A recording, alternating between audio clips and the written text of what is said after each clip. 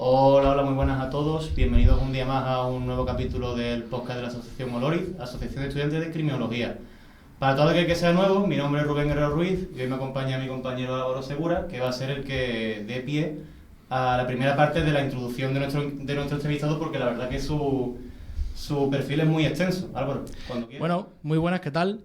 Voy a presentar al acompañante, que es José Antonio Lorente Acosta. Es licenciado en Medicina por la Universidad de Granada y posteriormente consiguió el doctorado. Su formación continuó enriqueciéndose con estancia en la Universidad de Heidelberg, no sé si lo pronuncio bien, y Münster, en Alemania. Igualmente destaca su formación avanzada en instituciones tan laureadas como el FBI y asimismo se especializó en genética forense en la Universidad de California. Actualmente el doctor Lorente es catedrático del Departamento de Medicina Legal en la UGR y además dirige el Laboratorio de Identificación Genética, la VIGEN. También es coinvestigador principal del Grupo de Investigación en Biopsia Líquida e Intercepción del Cáncer en el Centro GENIO. Igualmente, José Antonio Lorente es el impulsor de programas internacionales como el programa Fénix, el programa DNA Pro Kids y el DNA Pro Organ, que han tenido un impacto significativo en la lucha contra la trata de seres humanos y el tráfico de órganos. Asimismo, cabe destacar los roles que ha desempeñado en organismos internacionales, ya que ha sido miembro del Comité Científico Asesor de la Fiscalía de la Corte Penal Internacional. Por último, cuenta con más de 150 publicaciones científicas y ha conseguido 12 millones de euros en financiación para la investigación. La verdad que impresiona. Bueno, son cosas que con la edad se van consiguiendo, no os preocupéis que todo llega. Bueno, en primer lugar, ¿qué tal, José Antonio? Encantado de estar con vosotros, encantado de estar en un ambiente criminológico y la parte criminalística, que es la que me toca dentro de la criminología, y haciendo que todo esto se mueva para adelante y que se pueda avanzar en todo. Pues muchas gracias, José Antonio. Lo primero que queremos preguntarte también para los oyentes es que nos digas qué es la medicina forense, en qué se trata la medicina forense. Bueno, la medicina forense, que de modo oficial o formal en España se llama como especialidad médica, medicina legal y forense, es una medicina que lo que hace es valorar todas las circunstancias que se dan alrededor del ser humano, de la persona, cuando esa persona tiene algún tipo de relación con la administración de justicia. Y ahí entra absolutamente todo tipo de situaciones. La medicina forense lo que no es, o no es de manera exclusiva, al contrario de lo que mucha gente suele pensar, es una medicina de la muerte o de los muertos, porque eso es una parte de la especialidad que es la tanatología forense, parte de la patología forense, pero que realmente ocupa un porcentaje muy pequeño del trabajo, incluso de un médico forense. Escasamente el 12 o el 15% del trabajo tiene que ver con personas que han fallecido y que hay que hacer una autopsia o que se encuentran en un lugar determinado y que hay que hacer lo que se llama el levantamiento del cadáver. Por tanto, la medicina forense lo que pretende es ayudar a la administración de justicia cuando a la administración de justicia se le plantean problemas causados o que tienen como víctimas a las personas. Por ejemplo, una persona comete un delito y se quiere saber si era imputable, o sea, si sabía lo que estaba haciendo y por lo tanto es responsable penal de haberlo cometido, o nos encontramos con una víctima que ha sido atropellada, que tiene una serie de lesiones, de secuelas y que tiene derecho a una indemnización. El médico ayuda a todo esto. Es una medicina muy amplia que además ahora está aumentando su participación en el conjunto de la medicina social, en el conjunto de lo que es la medicina y la sociedad, porque ya no solo nos preocupan temas cuando tienen que ver con un delito, con un posible delito, con una indemnización, sino que nos ocupa y nos preocupan temas muy relacionados, por ejemplo, con lo que es la parte ética, con lo que es la parte deontológica del ejercicio de la medicina, con lo que son los derechos de las personas, temas como la violencia de género, temas que tienen un componente médico sí, pero también ético y, por supuesto, legal, como puede ser el tema de la eutanasia, introducción voluntaria del embarazo. Es muy amplia y muy interesante, muy bonita. Y José Antonio, ¿qué es lo que te llevó a ti cuando empezaste en tu andadura como estudiante? ¿Qué es lo que te llevó luego a desviarte, por así decirlo, a las ciencias forenses y no seguiste a lo mejor el rumbo que llevan los estudiantes de medicina así de forma más cotidiana? Pues fue por un accidente venturoso, después de pasar el tiempo, pero yo no vine a la Facultad de Medicina de Granada para hacer medicina forense. Es decir, que mi idea era ser cirujano, me gustaba la cirugía. Mi padre era médico en un pueblo en el norte de la provincia de Almería, en Olula del Río en aquel momento. Yo nací en Serón, todo el norte de la provincia de Almería, el Valle de la Almanzora. Pero mi padre había hecho su tesis doctoral en urología. A él le gustaba la urología, por lo tanto le gustaba la cirugía. Y bueno, a mí me gustaba la medicina de haber estado toda la vida viviendo en lo que era la casa del médico, en diferentes pueblos donde estuvimos, y yo vine a estudiar medicina porque me gustaba la medicina, la conocía muy de cerca, y porque dentro de la medicina me gustaba la cirugía. Lo que pasa es que allá por el año 1981 se celebró en Granada un congreso internacional muy importante de medicina legal y forense, un congreso mundial, y entonces el departamento de medicina legal, yo estaba estudiando tercero de medicina, eran 6 años, siguen siendo 6 años, bueno, yo estaba en tercero, y el departamento de medicina legal pidió ayuda para ayudar a organizar el congreso. Entonces se hacía todo de una manera más casera y había que hacer fotocopias, preparar carpetas, escribir cartas, contestar las cartas, era todo, no era tan automatizado y tan virtual como es el mundo digital actual. Entonces yo me presenté como voluntario para ayudar y vi un ambiente muy agradable y de pronto me di cuenta que la medicina legal y forense, que yo como alumno de tercero básicamente lo circunscribía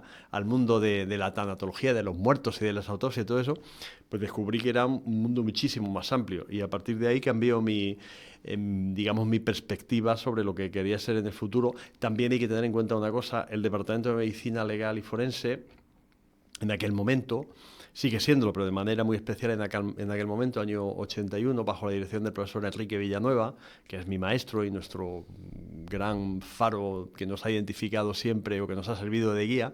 El departamento era un departamento muy potente desde el punto de vista de la investigación y de la docencia a nivel mundial. Estamos hablando de nivel mundial. Era pues una referencia en muchos temas, había muchísimos contactos internacionales y claro, eso lo hacía atractivo, no solo la parte, digamos, de en qué se trabaja, sino a qué nivel se trabaja.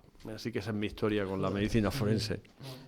Y como leyendo el perfil tuyo hemos dicho, bueno, hemos destacado un montón de proyectos en los que has estado inmerso y cuesta mucho que nos llame la atención el hecho del FBI, porque claro, ¿cómo llegas de estudiar medicina en Granada a después, bueno, no sé si formarte o colaborar, hago las dos cosas con una institución tan reconocida mundialmente? ¿Cómo pasó eso?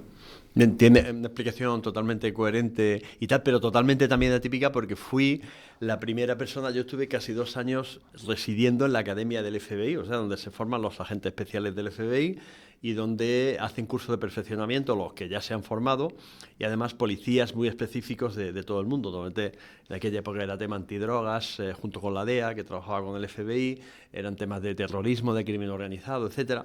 Entonces, ¿qué hace un médico allí? Pues vamos a ver, tiene relación con lo anterior, con lo que tratamos anteriormente. Cuando yo acabé medicina hice una tesis doctoral sobre temas de patología forense, de sumersión, pero comenzó a utilizarse el ADN como medio de identificación humana. Mi maestro, mi jefe, el profesor Enrique Villanueva, que tenía todos los contactos del mundo y que era una persona de una inteligencia suprema y tenía una visión y una capacidad de ver el futuro y por dónde iban a ir las cosas, se dio cuenta enseguida, cuando esto estaba simplemente empezando, que el tema de la identificación genética, o sea, el uso del ADN, la genética forense, iba a ser una revolución enorme en la criminalística. Y me dijo, dice, ¿tú quieres aprender de esto y desarrollarlo luego cuando vuelvas a España? Digo, sí. Dice, bueno, pues hay 3 sitios del mundo donde te puedes ir, Alemania, Inglaterra y Estados Unidos. Dice, yo conozco gente en los 3 sitios, dice, pero el sitio que más confianza me ofrece es la Universidad de Münster, en Alemania. Estuve primero en Heidelberg y después en Münster aprendiendo ADN. Estando allí, hicieron un congreso los colegas alemanes de medicina legal e invitaron al jefe de investigación del FBI, al doctor Bruce Budowli. Y por casualidades de la vida, en la cena de clausura, me pusieron a su lado para que sirviera un poco de intérprete, porque yo hablaba inglés, hablaba alemán, el español allí no servía para nada, pero bueno, me dijo, tú ponte aquí y tal, y bueno, y le das palique al americano. Claro. Y entonces, allí estuve toda la cena, y parte de la misma, estuvimos hablando de temas científicos. Entonces, lo que yo le dije de desarrollar técnicas con PCR, una serie de cosas técnicas que hoy en día son la rutina, pero entonces era algo a hacer, le gustó mucho. Dice, oye, ¿quieres que desayunemos mañana por la mañana? Que me gustaría hablar contigo. seguimos al día siguiente en el desayuno, estuvimos 2 horas hablando tranquilamente, y dice, oye, me interesa mucho lo que me propones, ¿tú te podrías venir a Estados Unidos y tal? Y yo dije, sí, pero yo no soy policía. Dice, no, ya sé que tú eres médico. Entonces, eso fue en el año 90, todo el año 91. Estuvimos de gestiones burocráticas, etcétera. Yo conseguí una beca del Consejo Científico de la OTAN para poder tener, digamos, fondos para poder estar en Estados Unidos. Y así fue como acabé en el FBI para hacer investigación, pero, oye, dentro de la Academia del FBI, conociendo toda... Fue una época muy interesante. Claro, ¿cómo fue la experiencia allí? Fue apasionante. Claro, yo tenía 29, 30 años en aquel momento. La gente que se formaba, los agentes que entran al FBI, la media son 28 años, o sea, no eran mucho más jóvenes que yo, porque normalmente, bueno, pasa igual que ahora, que normalmente allí era obligatorio ya ser previamente, digamos, graduado. Entonces, claro, la media de gente entre que te gradúas y te preparas para entrar y tal, pues son 27, 28, 29 años. La media era un poco mayor porque costaba trabajo entrar. Y entonces es una experiencia, porque claro, yo descubrí otros mundos, ¿no? Que no son los típicos de la medicina y la investigación científica. Por ejemplo, el mens sana in corpore sano, o sea, esta gente, un policía, se está jugando en un momento determinado la vida a diario, si tú quieres, y tiene que tener una fuerza física y tiene que saber una serie de mecanismos de defensa, mecanismos de ataque, el uso de armas de fuego, la inteligencia policial, cosas que uno en su mundo. Entonces lo pasé muy bien porque aprendí muchas cosas, tomé una serie de disciplinas. Yo siempre había sido muy deportista, pero desde entonces ya es una cosa obsesiva patológica, el hacer deporte, el hacer ejercicio, y participé en cosas que luego no he vuelto a hacer en mi vida porque no me gustan, como el tema de armas de fuego. Claro. Pero yo cuando iban a entrenar por allí y por las tardes, sobre todo fines de semana y tal, pues iba con ellos a disparar cualquier tipo de... Por gusto, ¿no? Pues no tú estás viviendo lo que es dentro de la academia. Yo vivía dentro de la academia. La academia del FBI tenía 3 edificios, sigue teniendo 3 edificios de residencia, y entonces había uno que era el de mayor nivel, que era el dormitorio, el Jefferson, ¿no? Del presidente Jefferson. Luego estaba el Washington y un tercero que no me acuerdo. Y yo vivía ahí dentro de la academia. Yo estaba, que eso está aislado, porque la academia del FBI a su vez está dentro de la base de los marines en Cuántico. Entonces eso es como un gigantesco que puede ser como la mitad de la provincia de Granada. Bosque, entonces hay una serie de controles para entrar, y dentro de ese bosque pues de pronto te encuentras un montón de edificios que es la academia del FBI. A 5 kilómetros estaba a 8 kilómetros lo que es la base de los marines, donde se entrenan y se forman los marines. Toda esa zona del FBI del y toda esa zona es del gobierno federal. El gobierno federal es una zona federal y está militarizada, y tú para tener acceso pues tenías que llevar tu tarjeta de... Y sí, en aquel momento tuve suerte, porque luego volví muchos años después, incluso ya como profesor invitado, porque estamos hablando del año 92, no había tantos problemas de terrorismo, de lo que sea, entonces digamos que se podía estar por allí. Hoy en día, por ejemplo, cuando he vuelto más recientemente, pero sobre todo claramente se notó desde los atentados del año 2001, del 11 de septiembre de 2001, los sistemas de seguridad se incrementaron. Y José Antonio, ¿qué tipo de investigaciones, si se puede decir así a rasgos generales, hacías dentro de las dependencias del FBI, por hacer una idea? Sí, sí.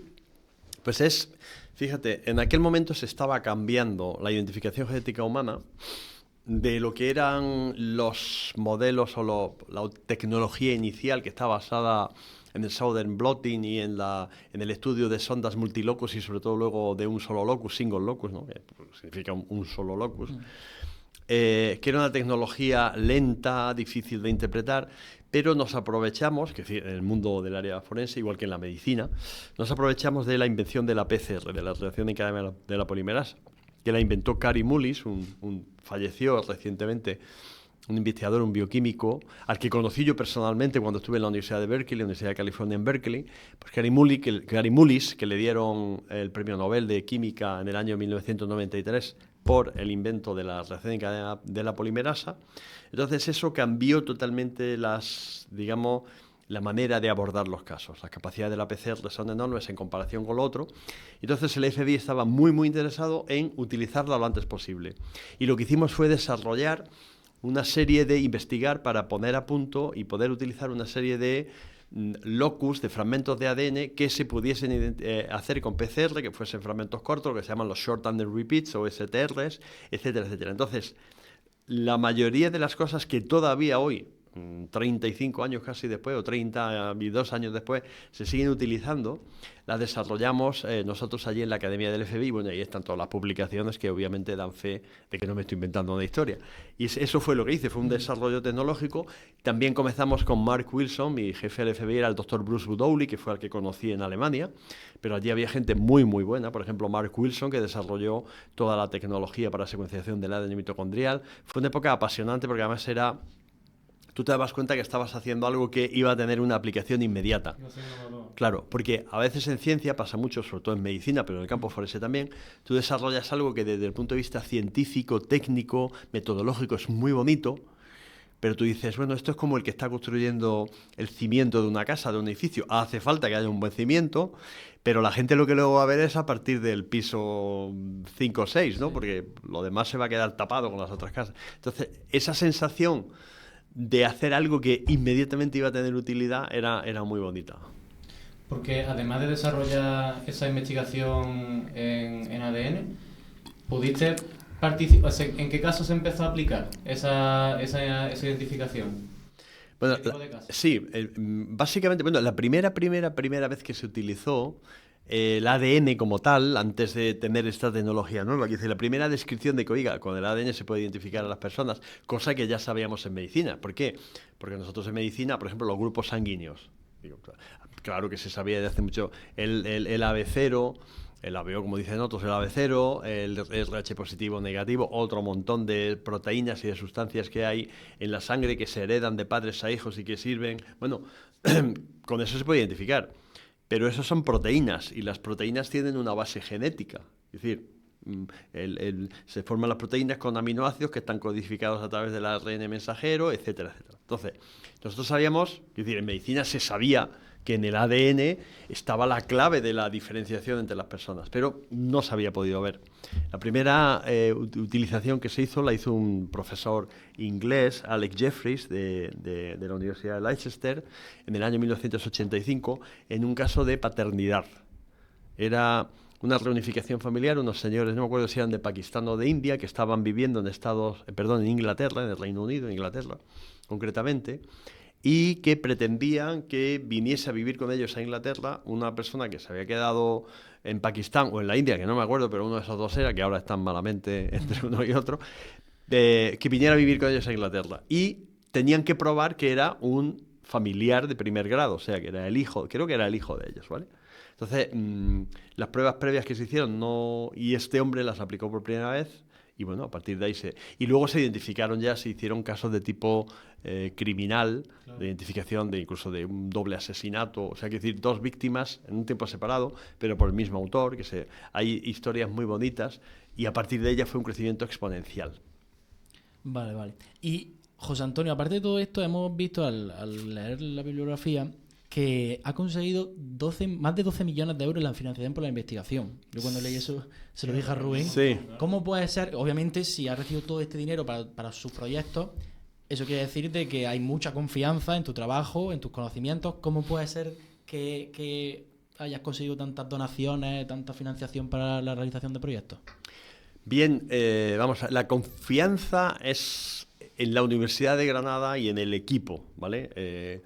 La persona, en este caso yo, como director del equipo, del grupo de trabajo del Lavigen en este momento, pues lo que hago es ser la parte representativa. Bueno, sí puedes tener las ideas, pero hay un gran equipo de trabajo que coordina mi compañero, el doctor Juan Carlos Álvarez, en Merino, que también es profesor de Policía Científica y de todo esto. Pues Carlos es el gran cerebro que está detrás de que todo esto esté en marcha. Entonces, ¿qué pasa? Que a mí me gustan mucho los proyectos aplicados. Entonces, los proyectos aplicados tienes que tener una base científica muy sólida, pero a partir de ahí se desarrollan de una manera, digamos, progresiva. Entonces, por ejemplo, el primer gran proyecto que tuvimos una financiación de casi 2 millones de euros fue el programa Fénix para identificación de personas desaparecidas, pero luego vinieron otros proyectos en relación con la identificación de, por ejemplo, de niños desaparecidos, el ProKids, o de financiación para poder conseguir el laboratorio de identificación genética que tenemos actualmente, todo el equipamiento. Entonces sí que es cierto, claro, que a lo largo de los años pero no es tanto a la persona. O sea, yo puedo ser lo que se llama el investigador principal, ¿no? El que lo solicita, el que firma, que se va a hacer... Pero lo que hay detrás es un gran equipo de personas y una universidad muy sólida, muy potente, muy coherente. Por ejemplo, gran parte de ese dinero ahora mismo lo estamos recibiendo del Gobierno de España y de la Junta de Andalucía en el contexto de la identificación de personas de lo que se llama, lo que es la memoria democrática e histórica, ¿no? La concordia y todo eso. Entonces, por ejemplo, todas las víctimas de Andalucía del periodo de la guerra civil y de la época posterior de la dictadura, se realizan exhumaciones por los antropólogos, arqueólogos, etcétera, pero de cada uno de esos cuerpos, si no se identifican antropológicamente, por ejemplo, nos mandan fragmentos de huesos que nosotros tenemos que analizarlos. Entonces, claro, son cosas muy aplicadas que tienen una repercusión directa y que efectivamente pues, es mucho dinero, claro. Como para tenerle una cuenta corriente no me importaría. Y en referencia a todos estos proyectos, me gustaría destacar el proyecto ProKids, sí, que aparte de realizar la investigación, también hemos encontrado datos que dice que este programa global ha ayudado a identificar y reunir a más de 3.500 desaparecidos con sus familiares en 16 países. Es decir, que aparte de hacer la investigación, también la habéis adaptado a la realidad y habéis solucionado muchos problemas, por ejemplo, de 3.500 niños. Correcto. El programa de DNA ProKids, la semana pasada, del lunes 5 al jueves 8, estuve trabajando con esto en Egipto, con autoridades egipcias, con una fundación egipcia que está encargada, la Fundación Al-Orman, que está encargada de la custodia de todos los niños que aparecen por las calles, abandonados, etcétera. Es como tiene transferida por parte de las autoridades egipcias gran parte de la gestión de todos los centros donde están esos niños. Para DNA ProKids, que a su vez Kids todo el mundo sabe lo que es, pero a mí que me gusta jugar con las palabras y las letras y que hago mucho deporte, cuando tú vas corriendo solo tienes mucho tiempo de pensar, pues Kids también significa, si queréis, la K es Kids, la I es Identification, la D es DNA y la S Systems. Kids Identification through DNA System, o with DNA System, o sea, sistema de identificación de niños a través del ADN. Tiene, un día se me ocurrió, un doble sentido, no sé cuándo se me ocurrió, pero un día haciendo deporte, hay que hacer deporte, se me ocurrió. Entonces, aquí lo que pretendemos es, claro, esto en España no lo vemos, o se vea muy puntualmente, por ejemplo, niños que entran en pateras o en cosas de estas, pero hay muchísimos países del mundo, muchos en Latinoamérica, muchos en África, muchos en Asia, donde hay niños que han sido robados, que han sido abandonados, que se les ha interceptado en explotación laboral, explotación sexual, intentos de adopción ilegal, niños muy pequeñitos que no saben hablar, que no saben quiénes son, entonces están en un lugar determinado, los llevan a un orfanato, no saben lo que hacer con ellos, acaban dándolos en adopción si son pequeños, pero tú puedes tener a los padres buscando a esos niños que se los robaron hace un mes o 2 meses, 3 meses, un año. Entonces, en esto consiste DNA ProKids. Y sí que es verdad que ya llevamos casi 4.000 niños que en diferentes países han sido identificados y una vez que se identifican, vuelven con su familia que los está buscando. Por eso los identificamos. Pero, una cosa antes de Rubén. Entonces, ¿tenéis un equipo desplegado por todo el mundo, o por toda Europa? ¿O cómo no, nosotros lo que hacemos es ayudar a los diferentes países a que pongan en marcha esta metodología, este procedimiento, ¿vale? Entonces nosotros siempre trabajamos con, normalmente son policías, la Royal Thai Police, que es la policía real tailandesa, o la policía del Ecuador, o policías, cada país tiene una estructura un poco diferente en cuanto a la investigación forense criminalística, pero policías o fiscalías, por ejemplo, médicos son todo fiscalías general de la República o fiscalías generales del Estado, que antes eran las procuradurías. Entonces hay institutos de ciencias forenses. Nosotros les ayudamos y decimos, miren ustedes tienen niños desaparecidos, niños no identificados, sí. Por un lado, ¿ustedes tienen por otro lado mamás y papás y abuelitos y tal buscando a niños que lo han robado? Sí. Pues mire, si usted hace ADN de los niños, de todos los niños y de todos los familiares, que eso es difícil de hacer, pero en fin, teóricamente, eso es la teoría del programa, es lo que le da base a que se puede hacer. Si usted hace ADN y compara, logrará muchas identificaciones. Además, logrará evitar que un niño que ha sido, por ejemplo, vamos a imaginar, bueno, podemos poner el ejemplo de México, que todo el mundo lo entiende, Ciudad de México está un poco al sur del país, pero está, digamos, en el centro del país, ¿vale? Que es la gran ciudad, el mayor tamaño de México. Imaginaos vosotros que a un niño lo roban en Tuxtla Gutiérrez, que es la capital del estado de Chiapas. Eso está al sur, en la frontera con Guatemala, muy cerca, a 1.000 kilómetros de Ciudad de México. Imaginaos que roban un niño allí en Tuxtla para darlo en una adopción ilegal, donde van a falsificar todos los papeles y todo esto, en la Ciudad de México. Entonces roban a un niño o una niña de 3 meses de edad porque alguien que quiere adoptar un niño viene a México para adoptar a ese niño. Y puede venir de fuera de México o puede venir de otra ciudad de México, ¿vale?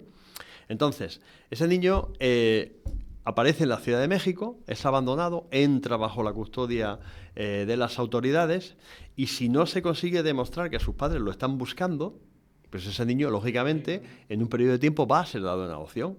¿Por qué va a ser dado en adopción? Pues porque, lógicamente, para que tenga un desarrollo dentro de una familia, el mejor lugar es en una familia. Si no sabe quién es dado en adopción. Otras veces pasa que el niño va a ser dado en una adopción totalmente ilegal, no cuadran las cuentas, no aparecen, no llegan a un acuerdo económico o no se presentan porque les da miedo los que iban a adoptar al niño, porque se asustan de que a ver si lo van a detener la policía o lo que sea, y abandonan al niño y lo dejan. Entonces en México está muy bien organizado bajo la protección del DIF, que es el Departamento de Infancia y Familia, pero tienen a un niño que no saben quién es, porque es un niño muy pequeñito que no sabe hablar. O a veces es un niño que tiene 10 años y tiene un nombre, pero es un nombre que le han puesto y ya no. ¿Por qué? Porque ese niño se perdió, que no es que se pierda, lo robaron normalmente, o lo encontraron bajo explotación de algún tipo cuando el niño tenía 3 años y ya no se acuerda de quién era. Entonces y eso ayuda a solventar casos, pero también ayuda a prevenir. Hay una parte muy bonita, y vosotros como criminólogos y los criminólogos que nos escuchen deben de saberlo, que la criminología, o sea, todo el estudio de todas estas cosas es para tratar de prevenir. O sea, nosotros no podemos ir siempre detrás. Yo decía siempre que la parte de la medicina forense, de toda la criminalística, de toda la criminología, no se centra en contarme lo que ha pasado, sino en qué va a pasar. Es decir, a mí que no me cuenten esta noche en televisión que en Granada han llovido 30 litros, etcétera, que me hubieran dicho a las 3 de la tarde que a las 5 de la tarde iban a caer 30 litros, porque eso es predecir y prevenir. Entonces, claro que sirve para prevenir, porque el mensaje que estamos tratando de lanzar en todos los países donde está DNA Pro Kids en marcha, que insisto, nosotros decimos DNA Pro Kids México, DNA Pro Kids de Guatemala, DNA Pro Kids Honduras, DNA Pro Kids Tailandia, DNA Pro Kids Malasia, DNA Pro Kids Filipinas. El mensaje es a los criminales que intentan tratar con niños, porque esto no es tráfico de niños, es trata de personas, porque un menor de edad no hay consentimiento, etcétera. Es muy claro, no va a ser tan fácil. No. Ahora mismo puede ser muy fácil robar a un niño, decir, este es mi hijo, y yo te enseño 8 documentos falsificados perfectamente por parte de un médico, por parte de no sé quién, si hay una duda mínima, se hace ADN, entonces ya se va a demostrar de verdad si es tu hijo, biológicamente hablando, o no es tu hijo. Y esa parte es muy bonita. Porque además de este proyecto, de esta iniciativa, también habéis desarrollado otro, que es DNA Pro Organs, ¿no? Ajá, sí. ¿Fue de forma simultánea o uno sucedió antes que el otro? No, fue el primer gran proyecto así a nivel nacional y mundial que desarrollamos, fue el programa Fénix para identificar personas desaparecidas, y eso lo hicimos en el año 2000, 98-2000, aquí en España. Luego, allá sobre el año entre el 2004 y el 2006, hicimos el primer estudio piloto para el desarrollo de DNA Pro Kids, que lo hicimos en Guatemala y en Filipinas. Y en el año 2016, entre el 2016 y el 2018, comenzamos a trabajar en el DNA Pro Organs, que es para ir contra el tráfico de órganos. Estos son, digamos, programas que en el tiempo han estado separados. Y, un momentito, perdona, sí. ¿En qué países suele haber este tipo de problemas? Porque me ha llamado la atención, no menciona muchos países europeos, menciona más países de Sudamérica, asiáticos. El tema de órganos. El tema tanto de órganos como de trata de personas. Sí, de trata de personas, claro. En Europa, digamos, primero la estructura social, claro. La trata de personas, los países en cuanto a la trata y tráfico de cualquier cosa ilegal pueden ser, como vosotros bien sabéis, fuente de origen, de tránsito o de destino. O es decir, claro. Un país gigante, el que sea, pues es un país no quiero decir ninguno porque es como un poco estigmatizar algún país, pero imaginaos un país muy grande que haya por ahí por el mundo. Puede ser lugar de origen donde se origina una droga, por donde transita una droga y donde se consume una droga. Un país determinado puede ser el país de origen, por ejemplo, España y Europa, normalmente España es un país muy de tránsito de muchas cosas criminales, ¿vale? de drogas, por supuesto, porque es puerto de entrada por la ubicación geográfica, simplemente, no hay que darle muchas más vueltas. Puerto de entrada y de tránsito, porque el 90% de todas esas sustancias no suelen consumirse en España. También es un lugar de tránsito en la trata de seres humanos, porque entran, vienen de otros países y luego, aparte de tráfico, por supuesto, ¿no? Pero estamos hablando de delitos graves, ¿no? Como es la trata. Y, ¿qué es lo que pasa? Que en el conjunto de Europa, el que haya, por ejemplo, trata de personas exige que haya redes criminales totalmente organizadas. Exige que haya países que desde el punto de vista social y judicial no sean sólidos. O sea, exige que haya corrupción. Exige que haya un Estado débil. Entonces, en Europa, digamos, es lo opuesto.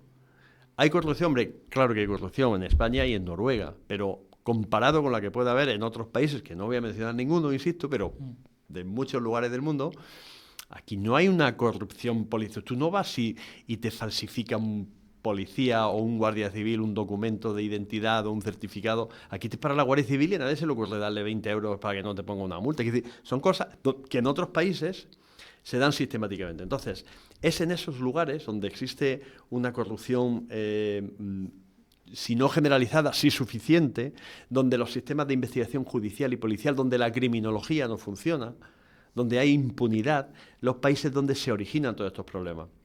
Y nuestro objetivo es solucionar estos problemas en el punto de origen. Porque claro, ¿de qué nos sirve a nosotros evitar que lleguen niños que son víctimas de trata a España si no somos capaces de evitar que los niños los estén vendiendo en Kenia? Digo, por poner un ejemplo.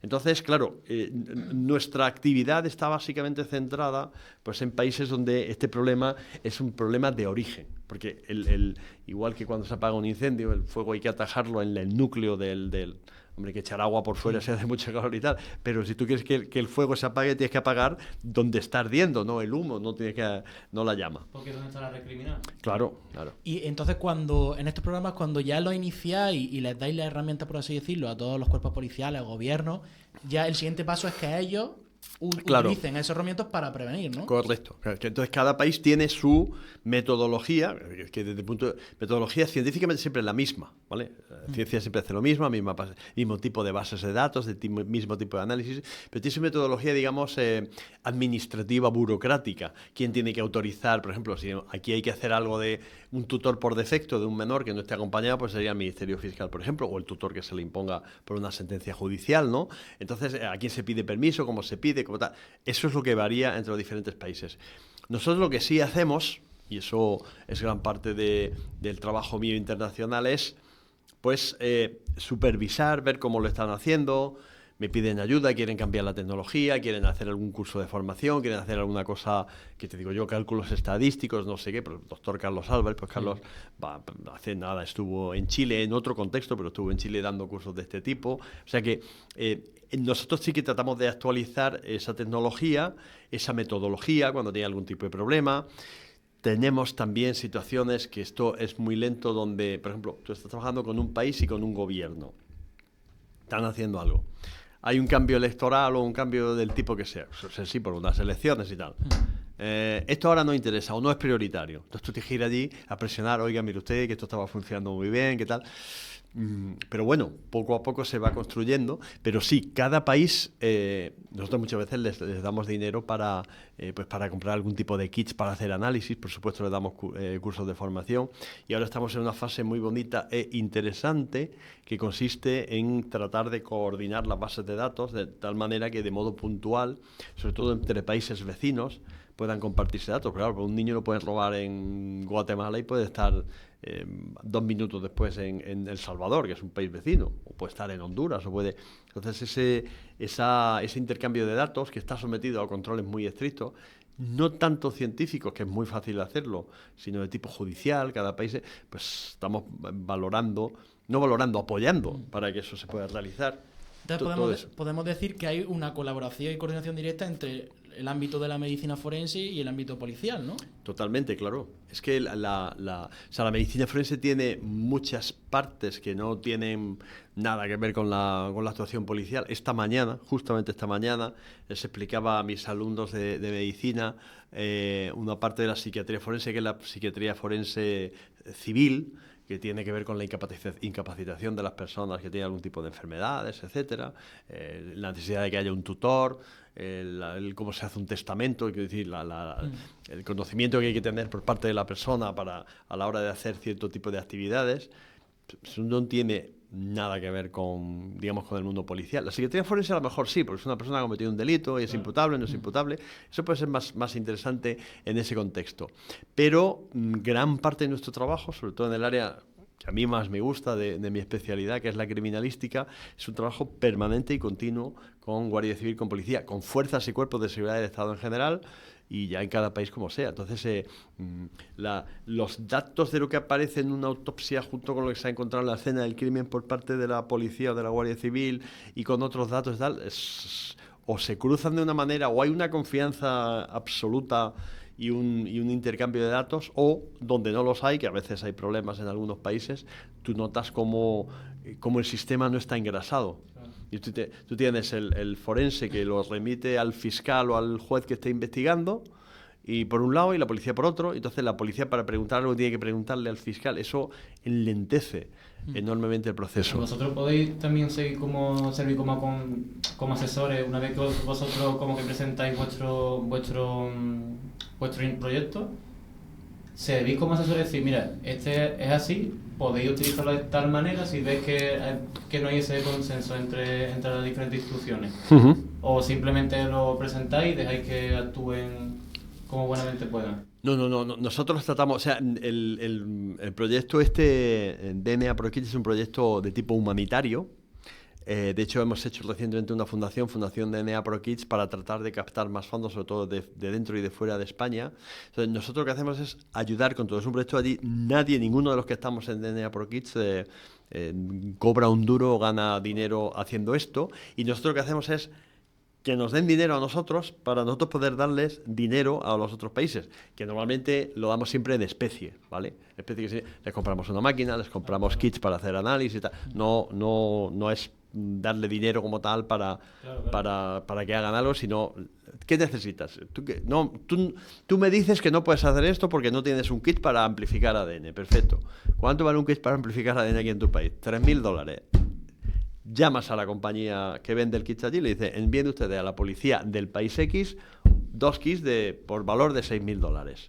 Nosotros les pagamos esos kits y luego, claro, supervisamos, sin obligarlos, porque no podemos obligarlos, a la policía de no sé dónde decir lo que tiene que hacer, pero hombre, supervisamos que si pueden hacer 500 análisis, que los hagan. Y normalmente los hace, porque hay una relación de confianza, y porque ellos evidentemente están comprometidos con... Entonces, ese es el modelo de funcionamiento.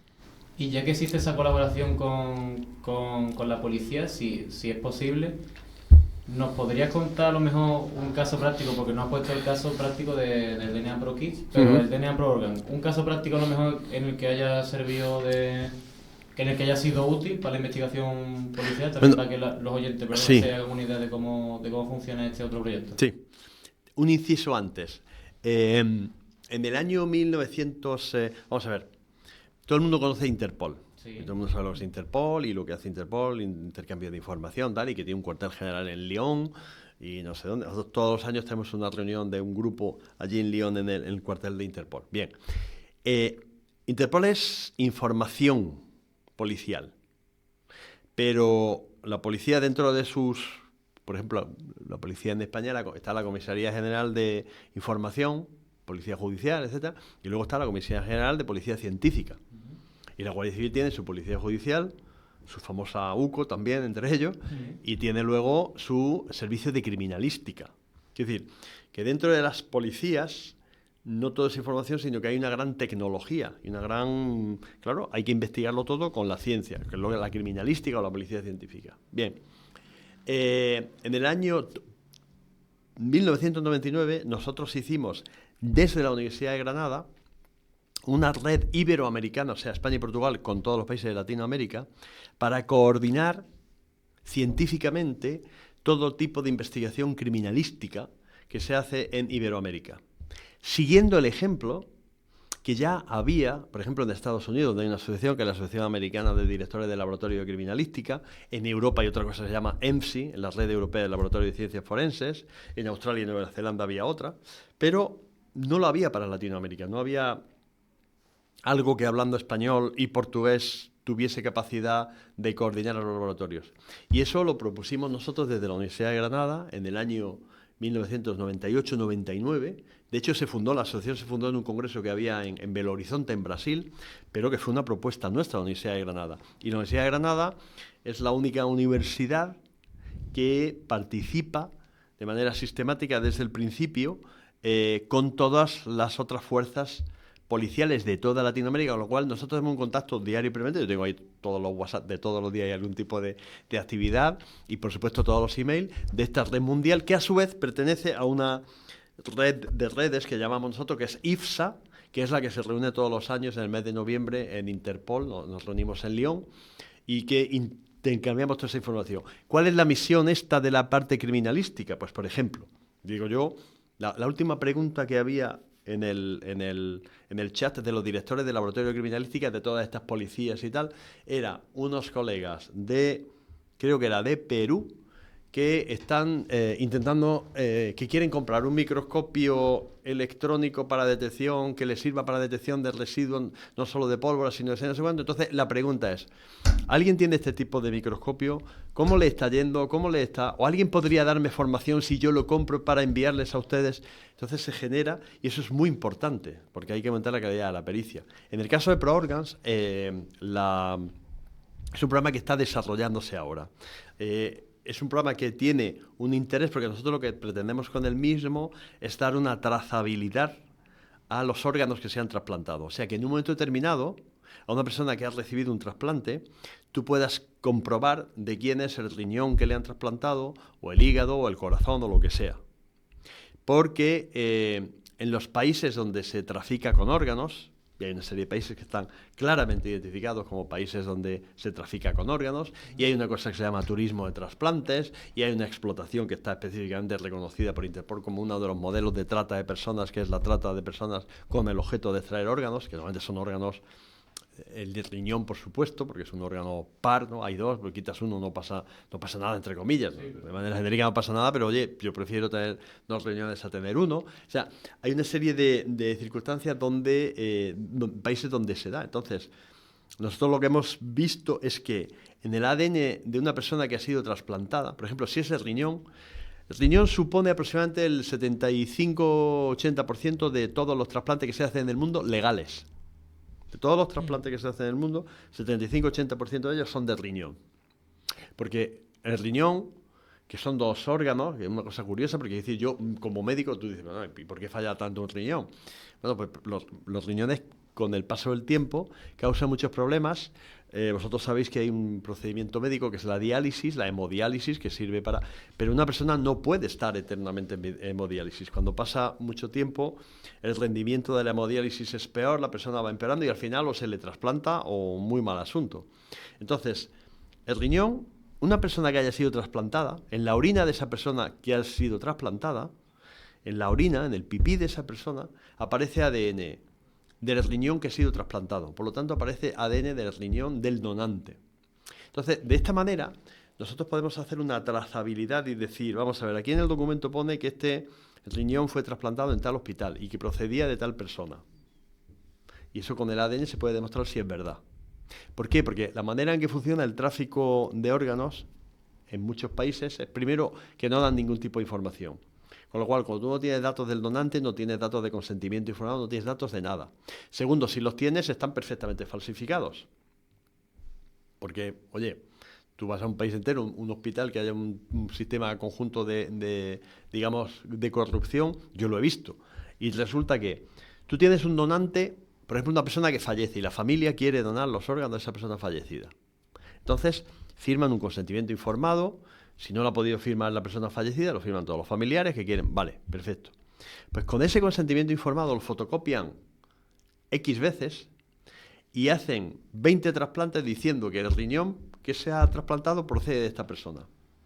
Claro, tú falsificas un documento y falsificado perfectamente, no una fotocopia vulgar. Falsificas todas las firmas, todo tal igual.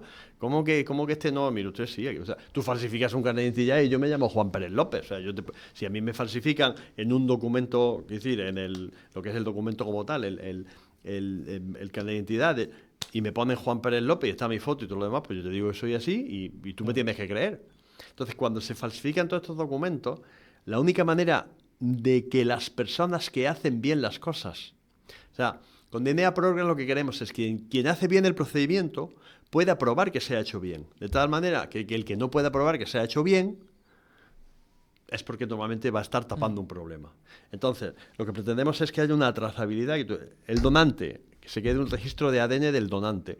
El receptor, ADN del receptor. Y en medio, el ADN del que tiene el órgano que ha sido trasplantado, lógicamente, es el del donante.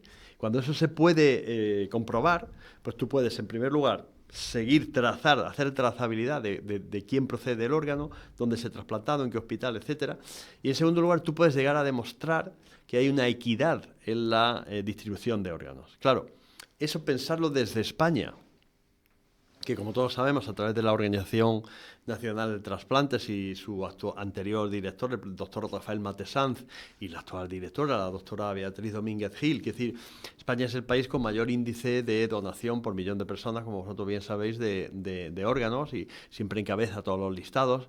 En España no hay problemas graves o hay problemas mínimos por falta de órganos, pero los hay, ojo, hay gente que está mucho tiempo esperando. En España el tema de un tráfico de órganos es mínimo, se han detectado algunos casos, pero es mínimo. Entonces, decir, bueno, ¿esto es un problema? Claro que es un problema. Se estima que aproximadamente el 10% de todos los órganos que se trasplantan en el mundo se hace de manera ilegal, o sea, tráfico de órganos. Como se estima a su vez, bueno, hay datos muy exactos o aproximadamente exactos, que en el mundo, por ejemplo, el año pasado hubo unos 160.000 trasplantes en todo el mundo, de todo tipo.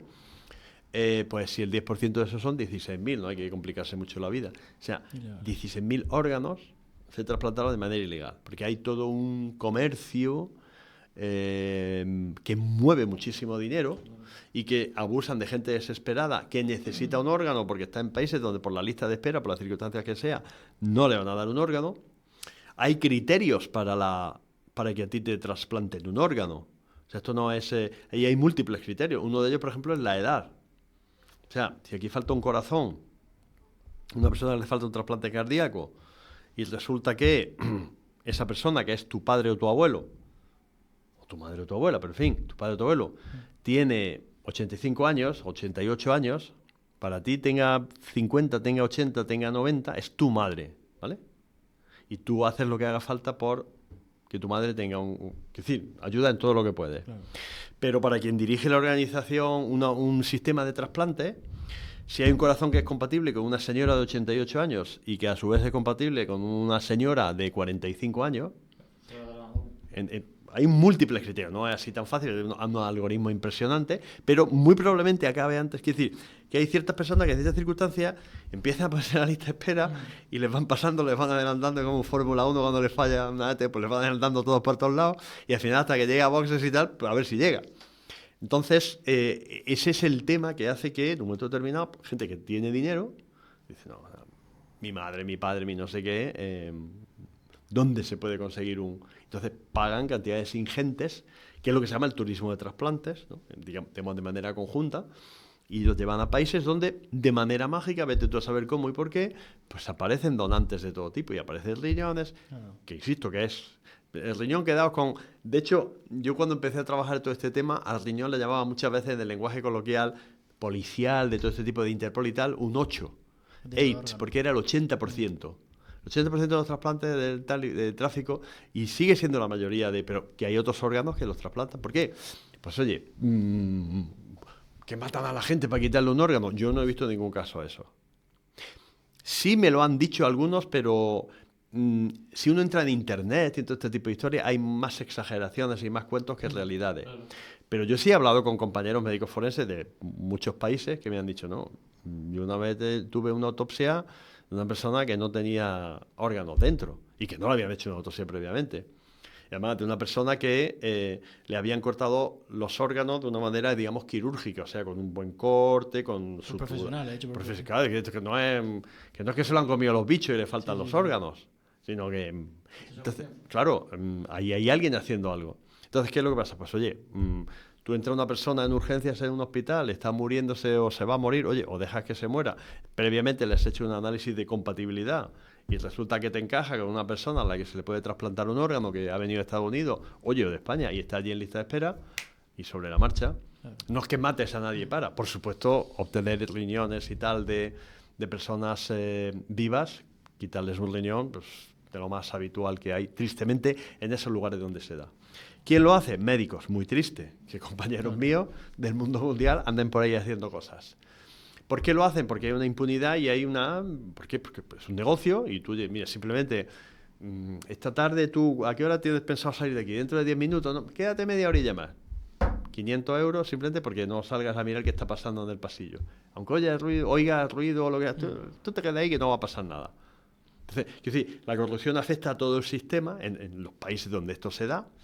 Se evita, digamos, una investigación tal y luego hay dinero para todo. Pero claro, mientras tanto hay víctimas. Y se están cometiendo delitos que, como son el 10%, significa que, vamos a tomarlo así. Hemos dicho que un 10% de los trasplantes son ilegales, ¿no? Tráfico de órganos. Esto significa, si queréis verlo de esa manera, que se puede ver, que el 90% de las veces las cosas se hacen bien. Entonces, lo que tratamos de hacer con eso es detectar a ese 10% de situaciones donde se hace mal y proteger al 90% de las veces, que es mayoría absoluta, un 9-1 en un partido de fútbol, ya verás tú. Se lo mete el Barça al Madrid cualquier día de esto. ¿Sabes lo que te digo? Es la gran mayoría de las personas. Entonces, el que lo hace bien, que pueda demostrar que lo ha hecho bien. Oye, el que lo haga mal, si lo pilla en un momento determinado, pues no va a poder demostrarlo. Claro. Y, José Antonio, volviendo al ámbito nacional, a España, ¿hay algún caso respecto a crímenes que hayas participado, como al realizar autopsias, como médico forense, o incluso que le hayáis podido incorporar algún tipo de programa? Es decir, ¿algún caso real que podamos conocer y que los oyentes conozcan? Pues déjame que piense. No, sí que hay, así de haber participado, más que en la parte de autopsia, no, porque eso, yo siempre, por todo el trabajo desde la universidad han sido trabajos básicamente, digamos, de traernos muestras a los laboratorios y todo esto, pero sí que hemos participado en casos, que tengo que acordarme, yo, por ejemplo, o sea, no son casos de estos de súper conocidos y tal, sí. Pero son casos que en un momento determinado tuvieron impactos de violaciones, homicidios y tal y cual, tristemente, muchos a lo largo del tiempo, porque por suerte, es decir, aquí mi jefe y maestro, el profesor Enrique Villanueva, que antes lo he comentado un par de veces, pues una de las digamos, maneras que tenía de que nosotros nos formásemos en temas violentos era enviarnos a lugares donde había muchos problemas de criminalidad para aprender. O sea, tú aquí en Granada, si tú quieres formar a un médico forense en disparos por arma de fuego, no lo formas nunca, porque cuando vea una autopsia, cuando vea la próxima, se la ha olvidado.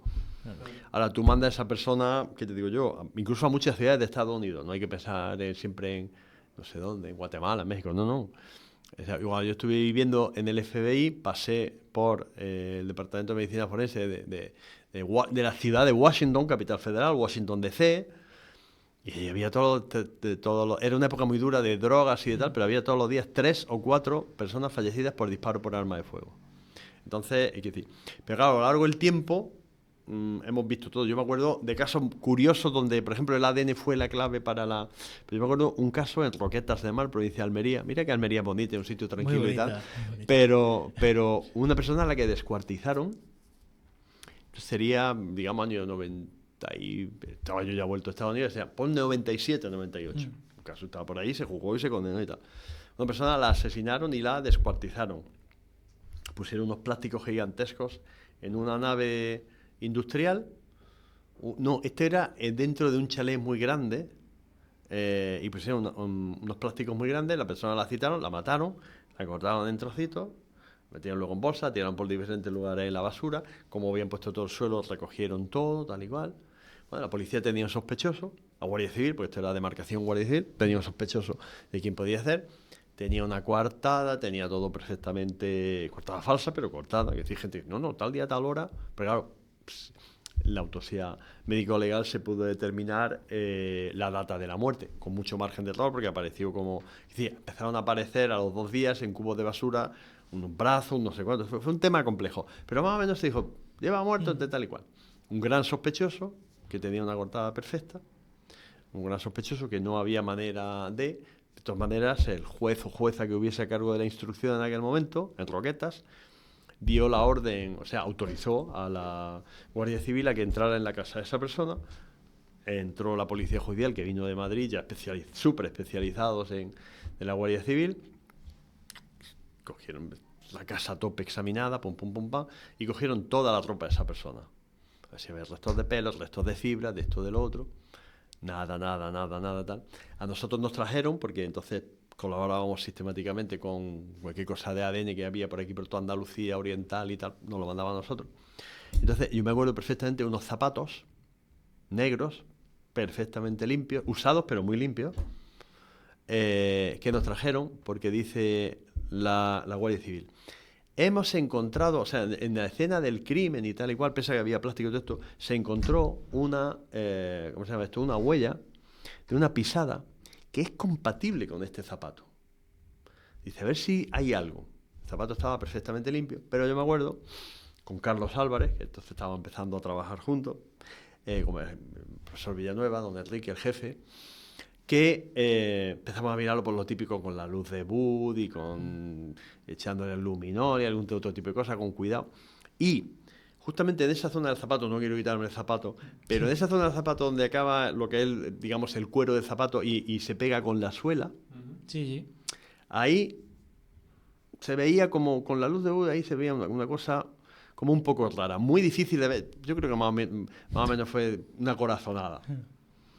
En uno de los zapatos se veía como una coloración diferente, muy difícil de ver porque es un zapato negro y una suela o sea, el zapato era de cuero negro y la suela negra, entonces, pero yo dije que el contraste es nulo. Pero ahí se veía y dice el jefe, dice, mete un hisopo de estos de algodoncito, lo humedecimos en su momento con agua destilada estéril, o salino fisiológico estéril, no me acuerdo, empezamos a meter tal, y me acuerdo que salió, mucho tiempo tuve la diapositiva, el hisopo manchado básicamente de negro, pero con una zona rojo oscura, que podían ser restos de sangre. Efectivamente.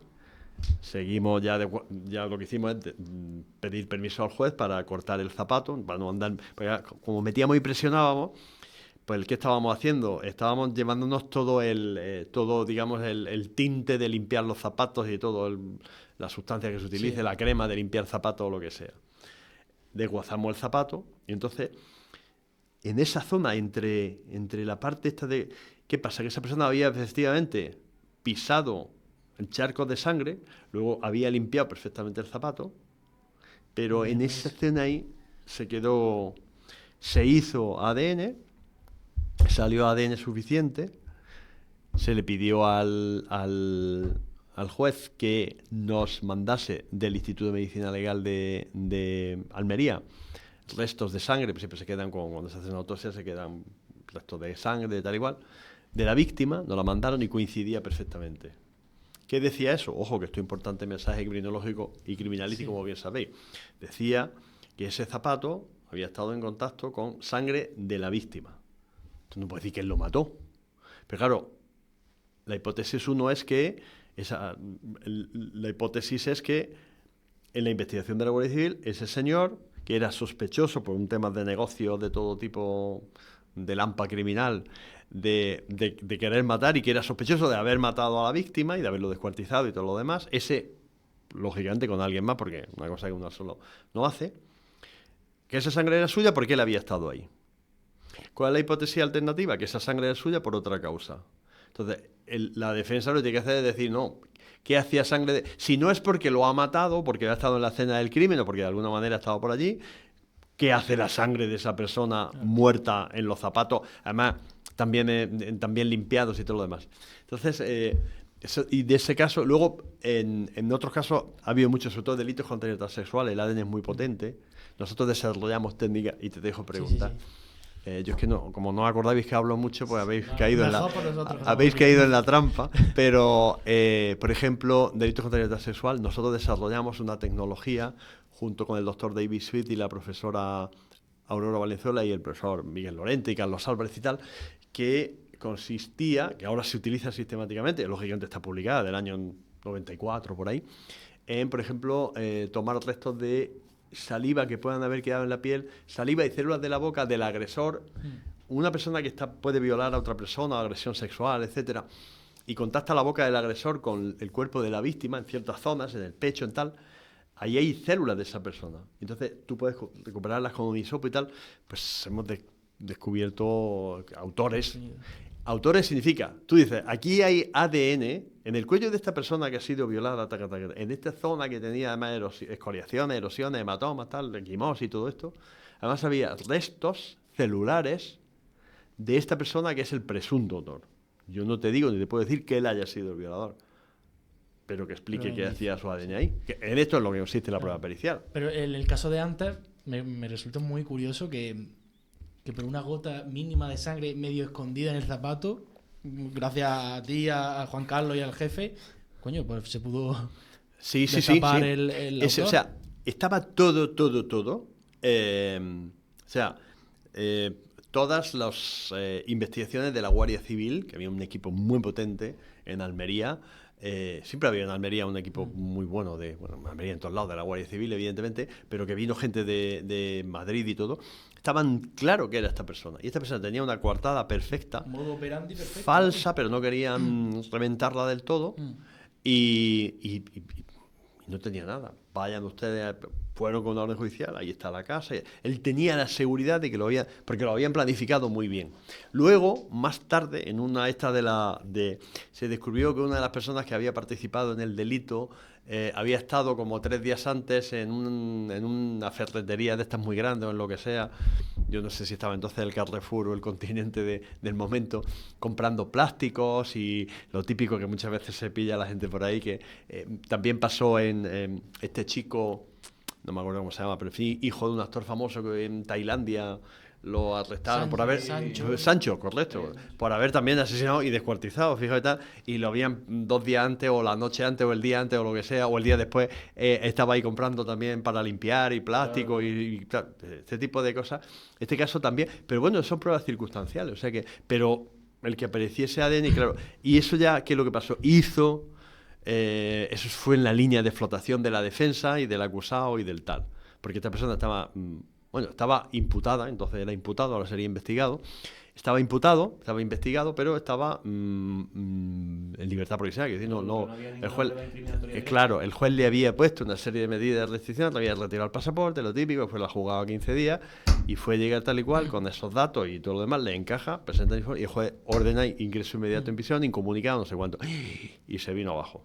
O sea, entonces, que si no hubiese sido por la gota de sangre, se hubiese salido por la suya. Muy probablemente. No se puede saber si luego con otras cosas que hubiesen aparecido, lo que sea y tal, pero muy probablemente se hubiese sabido, se hubiese salido con la suya. Bueno, yo creo que vamos a ir pasando ya a otro tema, José Antonio, si te parece bien. Y me gustaría abordar uno de los grandes temas, por lo que también mucha gente le conocerá su cara, que es por el tema de Cristóbal Colón, de la investigación.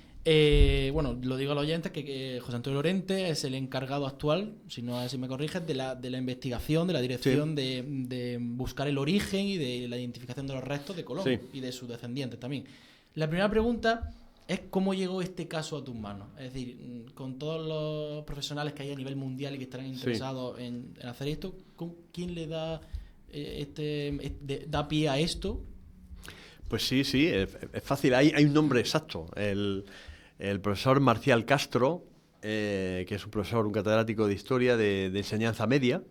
Entonces, entonces estaba en el Instituto de Enseñanza Media, como se llame, de Estepa, en Sevilla.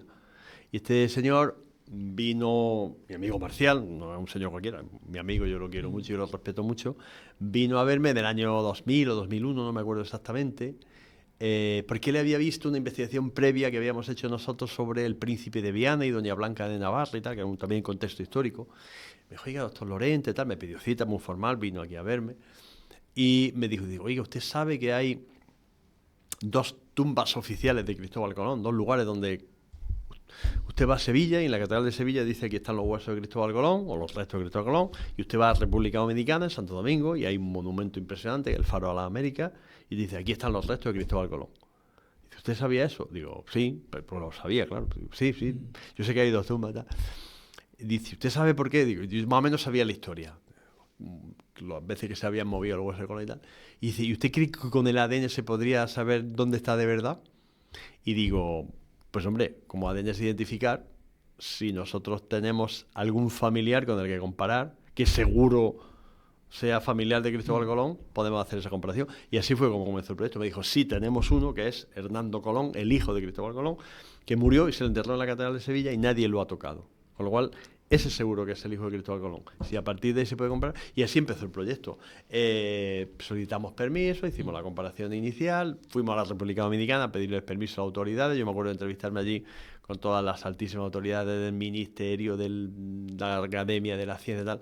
Al final nos dieron un permiso que luego, digamos, congelaron, lo pusieron en espera. Pero bueno, la investigación comenzó puntualmente porque este profesor vino y te lo propuso, ¿no? Sí, sí, sí. Bueno, Rubén, ¿se pregunta? Sí, yo iba a preguntar básicamente también cómo fue el hecho de trabajar con unos restos tan antiguos. ¿Pusieron muchas trabas a la hora de trabajar con ellos? ¿Cómo se desarrolló? Así se puede hacer una explicación un poco llana, también para que Sí. los oyentes se hagan una idea de cómo se desarrolla este tipo de investigaciones. Sí, vamos a ver, o sea, desde el punto de vista científico, ¿no? Sí. Trabas, o sea, no trabas, sino lentitud administrativa y problemas de tal, hubo un montón. Desde que empezamos e hicimos la primera solicitud de permiso en Sevilla hasta que nos lo concedieron, pasaron 1 año y medio, porque tenía que dar permiso a la familia, a los descendientes de don Cristóbal Colón, que es el duque de Veragua, Cristóbal Colón actual, tenía que dar permiso a la Junta de Andalucía, tenía que dar permiso al Gobierno de España y tenía que dar permiso el Cabildo de la Catedral de Sevilla. Vale. Porque entonces ponerlos de acuerdo a todos, o que todos dijeran que sí y tal, fue lento y difícil, pero bueno, se consiguió. Huesos.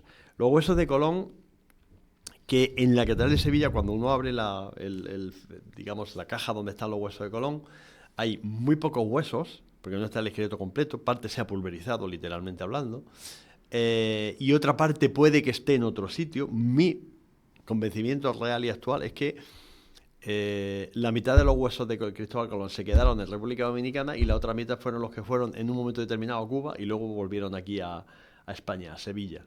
Yo creo que ese esqueleto lo dividieron porque en República Dominicana tampoco está el esqueleto completo de una persona.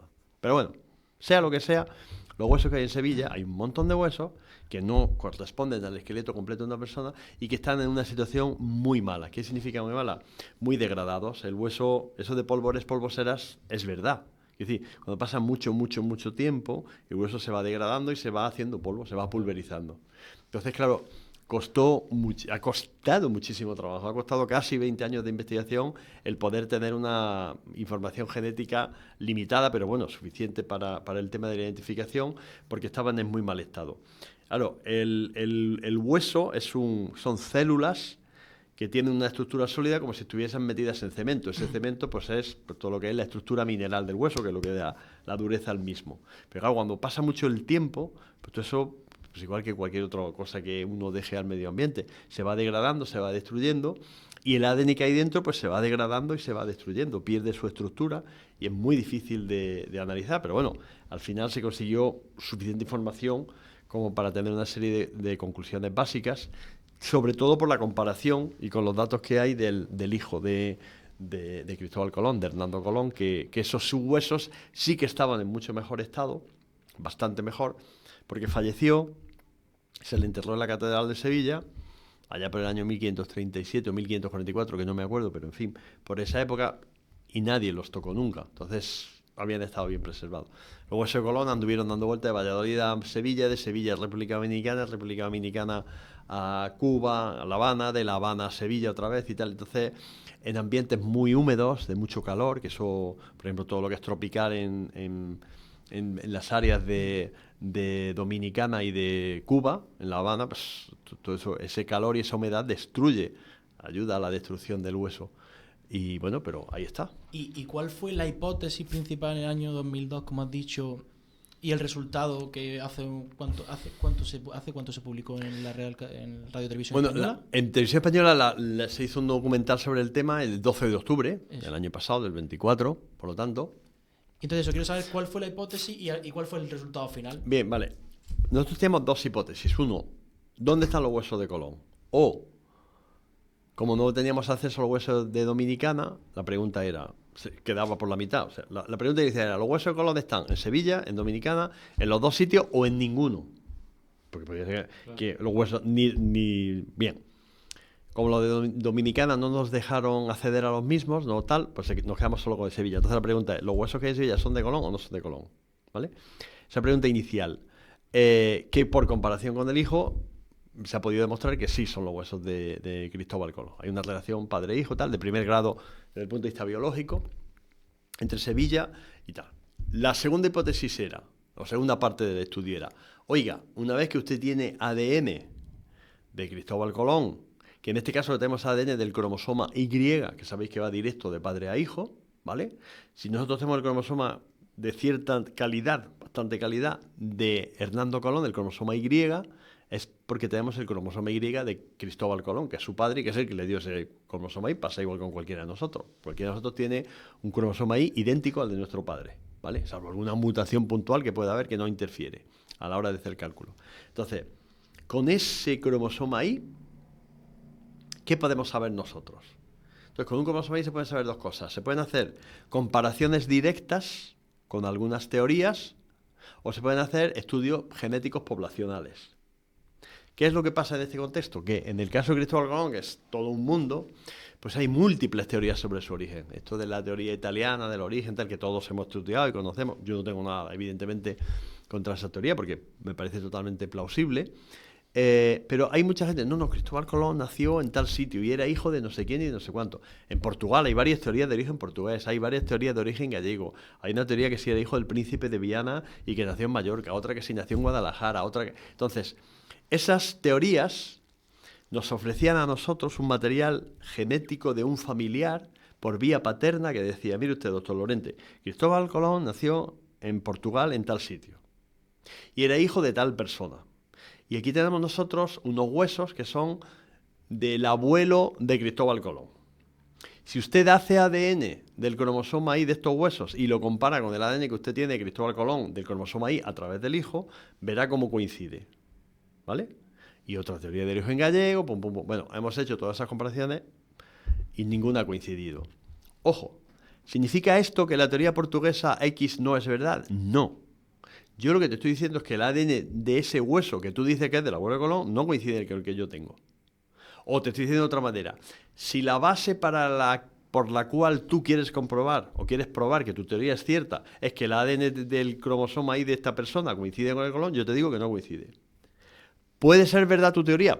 Sí puede. ¿Por qué? Pues porque, oye, a lo mejor esos huesos que tú te crees que son del abuelo de Cristóbal Colón, resulta que no, porque alguien cambió la tumba hace 300 años. ¿Vale? O a lo mejor resulta que Cristóbal Colón fue hijo de quien fuera, pero resulta que esa señora, cuando nació Cristóbal Colón, pues tuvo un desliz.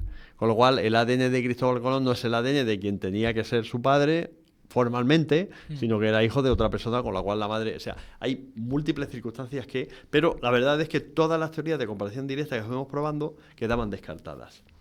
¿Qué teníamos entonces nosotros? Lo otro que queda son estudios de manera poblacional. Los estudios poblacionales lo que te dicen es dónde es más frecuente este tipo de ADN. Si tú ves una persona rubia, muy rubia, con los ojos celestes, muy celestes, en el sentido de un azul muy claro y la piel muy clara y tal y cual, ¿puede ser de Almería, de Granada? Claro que sí. No, probable que no. Pero si tú coges y dices, vamos a ver, ¿cómo es el fenotipo? Porque esto es fenotipo. De las diferentes poblaciones, ¿dónde hay más frecuencia de personas de ese tipo? Pues antes te salía el norte de Europa, todos esos sitios, ¿no? Países nórdicos, etcétera. Entonces tú a priori dices, lo más frecuente es que esta persona sea de allí, pero no puedes asegurarlo, evidentemente. Tú te casas porque, ¿de dónde es una persona? Yo te digo, tío, ¿tú de dónde eres? Pues si tú me lo preguntas a mí en España, pues yo te digo, pues de Granada, de Almería, de mi pueblo, sí, de Serón, que es donde yo nací. Si tú me lo preguntas fuera de España, te digo de España. Pero tú siendo de España, tu ADN puede ser de cualquier otro lugar del mundo. O sea, aquí en España hay españoles nacidos en España que tú le haces ADN y dices, esta persona es, pero vamos, de los Andes, o esta persona es del centro de Marruecos. ¿Por qué? Porque sus padres vinieron aquí, la persona nació aquí, tiene nacionalidad española, pero claro, es que nuestro ADN, que es lo que la gente a veces no entiende, mi ADN es mi ADN, o sea, la combinación esta es única mía.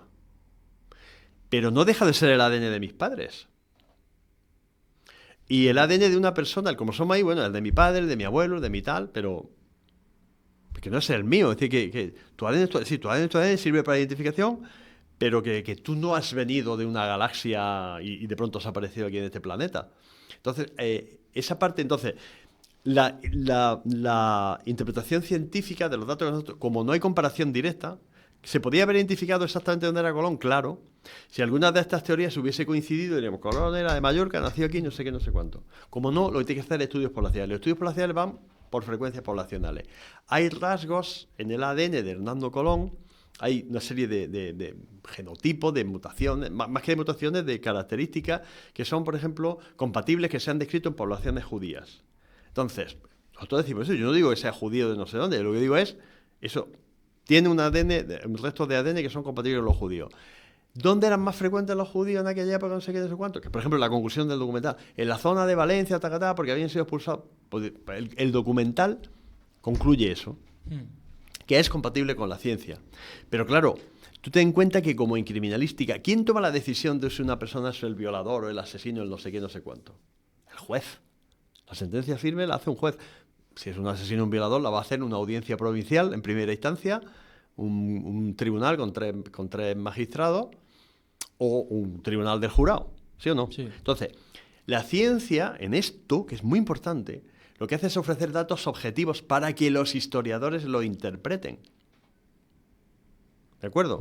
Es igual que si tú vas al médico, claro, siempre pongo ejemplo de tipo médico porque me pillan de cerca, claro. Pero tú imagínate algo que todo el mundo pueda entender. Una persona que tiene un problema cardíaco, no respira bien, que palpitaciones, no sé, algo del corazón, un lenguaje coloquial que no entendáis todos.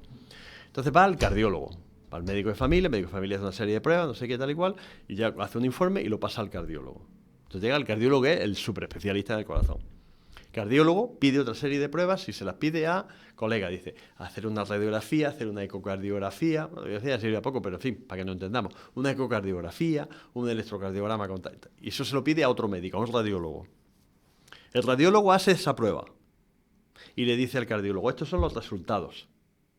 Entonces va el cardiólogo, él lee el informe que le ha hecho el radiólogo del ecocardiograma, por ejemplo, y dice, oye, lo ve y dice, ya, pero es que esto no me coincide mucho los datos que hay aquí con la sintomatología que tiene el paciente, con cómo tal.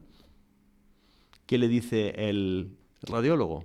Chico, es tu problema. O sea, yo te he dado unos datos objetivos, interprétalos tú como quieras. Entonces, desde el punto de vista histórico, nosotros hemos generado unos datos de mucha calidad, como ahora el proceso de publicación científica, sobre esto. Pero son los historiadores. Porque desde el momento que tú no has podido cerrar de una manera específica el origen, lo demás es interpretativo. Entonces, en esto de las interpretaciones, depende con quién lo compares, cuándo lo compares, cómo lo compares, te puede salir una cosa u otra. O sea, que de hoy no se sabe el origen de Cristóbal Colón, ¿o sí? Vamos a ver, el origen es algo que tiene que ser interpretado por los historiadores. Los historiadores que han interpretado en el documental de Televisión Española este tema dicen que, de acuerdo a esos datos, lo más posible es que sea de ahí. Pero como que el tema esté cerrado y que diga, esto está... caben otras alternativas. No hay una exactitud, hay una probabilidad mayor o menor, pero que ya te digo, no es una probabilidad desde el punto de vista... La ciencia te da esos datos y lo interpretan. Entonces, dependiendo de esa interpretación, pero es totalmente compatible. O sea, con los datos es perfectamente posible que sea ese origen. Y ahora que hemos introducido un caso así mediático como el de Cristóbal Colón, que sabemos que ha podido tener la oportunidad de comparecer en los medios, ¿no? Hablando sobre diferentes tipos de casos. Y también nos ha hablado de la figura de los jueces, de las interpretaciones posibles. Cambiando un poco más este tipo de temas, ¿cómo crees que la cobertura mediática afecta a los crímenes en cuanto a la opinión pública? ¿Qué puedan tener de ello? Pues depende de cómo se plantee, ¿vale? Llamar la atención sobre un delito y que no pase desapercibido para el conjunto de la sociedad, yo creo que está bien, primero porque la sociedad está en alerta, es consciente de que puede pasar tal cosa en tales lugares o que está pasando tal tipo de cosas. Imagínate que hay algo que sería típico, por ejemplo, 3 violaciones muy seguidas aquí en Granada. Estadísticamente no es normal. Pero si la gente sabe que había otras violaciones seguidas, puede generar una alarma social, pero también a su vez va a generar una mayor prevención por parte de personas que en un momento determinado pueden ser víctimas. Entonces, en ese sentido, está bien. Si por ejemplo, hubiese un acuerdo de esconder los datos y los delitos y tal y cual, pues a lo mejor un violador podría seguir actuando porque las víctimas no tendrían tantas precauciones. Eso es una parte que puede ser en un sentido positiva. Luego hay otra parte que puede ser el efecto, lo que llaman el efecto llamada, que está descrito en algunos tipos de delitos, por ejemplo, incluido el de violencia de género, donde, sobre todo en situaciones muy extremas de asesinatos de mujeres, digamos, con mucha violencia, o el asesinato de una mujer o alguno de los hijos, etcétera, que puede hacer que una persona que en un momento determinado, evidentemente con una serie de falta de, por así llamarlo, equilibrio mental, tome una decisión de decir, bueno, pues si fulanito no sé dónde está, pues yo voy a hacer lo mismo, o le anima. Bueno, eso está ahí descrito y está por ver y está por valorar, pero que ese efecto llamada de algunos tipos de delitos existen. Y luego lo que sí es malo es, en dos sentidos, el prestarle demasiada atención a un delito. Uno, porque puedes entorpecer la labor policial, porque hay gente que te está retransmitiendo a veces por filtraciones o por lo que sea, pistas y líneas de investigación. Me acuerdo de Gabriel, del niño este allí en Almería, el pescadito, donde se estaban, y a la Guardia Civil, que le correspondía a Guardia Civil, alucinada de que ese tipo de información de alguna manera se hubiese filtrado, porque claro, le estaba cortando. Menos mal que al final evidentemente hubo suerte también, porque tenían bastante claro cómo podía haber sido. Entonces, esa parte es negativa. Y luego la otra es sobre la revictimización de las víctimas como familiares. Pues si la víctima ha fallecido, poca revictimización tiene, pero hay veces donde los familiares, el caso de Gabriel puede ser un ejemplo paradigmático de cómo se machaca a la madre, a los medios, y les preguntan el morbo, el no sé qué, el no sé cuánto. Entonces, hay un equilibrio, hay un derecho a la información y una manera de hacer bien la información, y eso no puede pasarse de ciertos límites porque puedes entorpecer y puede generar más dolor. También cabe recordar el caso de Rocío Baninkoff. Claro. Que finalmente pues eso, la opinión pública fue la que la metió, por así decirlo, en la cárcel siendo inocente. Sí, a Dolores Vázquez. Perdón, eso, Dolores Vázquez. Dolores Vázquez con el caso de Rocío Baninkoff. Después, porque después hubo el asesinato de otra chica en circunstancias muy similares, Sonia Caravantes, entonces ya se vio que no. Luego la desaparición de esta chica, de Teresa, en Motril, que probablemente tenga relación también que ver con el mismo asesino. Entonces, quiero decir, por el modus operandi, las fechas y todo lo demás, puede ser. Pero entonces, sí hubo una presión tremenda y esta pobre mujer en el sentido que era inocente y pobre mujer en todos los sentidos, pues estuvo en la cárcel, estuvo condenada por un delito que ella no había cometido, pero que había una serie de circunstancias, que si había tenido alguna enemistad con la madre de Rocío, que si no sé cuánto, que cosas, y que algunas veces la investigación, que pasa también en medicina, tú llegas a un sitio y dices, esto va a ser tal cosa, y empieza, entonces todo lo que haces es tendente en ese sentido. Esta es mi hipótesis y yo quiero confirmarla. Entonces, todo lo que me ayuda a confirmarla lo hago, todo lo demás digo, bueno, ya lo veré después. Esto pasa en la investigación policial en cualquier lugar del mundo, empezando por el FBI, y también pasa en medicina. A lo mejor un médico llega y dice, esto va a ser tal enfermedad. Estamos hablando de cosas raras, ¿no? Y complejas. Entonces, descartar la otra cosa, que es lo que en medicina llamamos el diagnóstico diferencial, pues lo dejas de una manera un tanto... No, es que tiene que ser esto, tiene que ser, a ver, pídele un análisis no sé cuánto, a ver si sale positivo tal valor, no, es que va a ser esto, va. Y a veces es muy difícil de... Y ahí, claro, la medicina es un tema interno, pero en los casos de delitos de este tipo que tienen mucha cobertura mediática, pues se puede, digamos, ser totalmente desproporcionado y puede perjudicar la investigación. Claro. Y entonces piensa que en este contexto, desde una perspectiva mediática, la criminología puede tener un papel educativo para la sociedad. Totalmente, porque la criminología, el criminólogo debe ser una persona, criminóloga, entendámonos, evidentemente. Sí. La profesión de la criminología el criminólogo es una persona que debe tener capacidad, una vez que es graduado en criminología, de comprender bien lo que es el delito y todo lo que hay alrededor del delito, que debe ser capaz de procesar toda la información de tipo legal, de tipo procesal, de tipo pericial, y ofrecer una explicación al conjunto de la población que Yo entiendo que asesinan, no sé, y que la gente quiere saber un poco más. Pues lo entiendo yo también, a lo mejor, si tuviese aburrido, querría saber algo más de un montón de cosas, si tuviese tiempo, de muchas cosas, incluida de este tipo. ¿Qué es lo que pasa? Que la información que se tiene que dar tiene que ser una información que sea la adecuada. Claro. Para ayudar a toda la parte preventiva, a toda la parte de sensibilización, a toda la parte pero para evitar el morbo, el dolor a las víctimas, la interferencia con la investigación policial, etcétera. El criminólogo, como profesión, es la persona ideal porque es la que tiene los conocimientos no solo del derecho, sino de todo lo demás, evidentemente.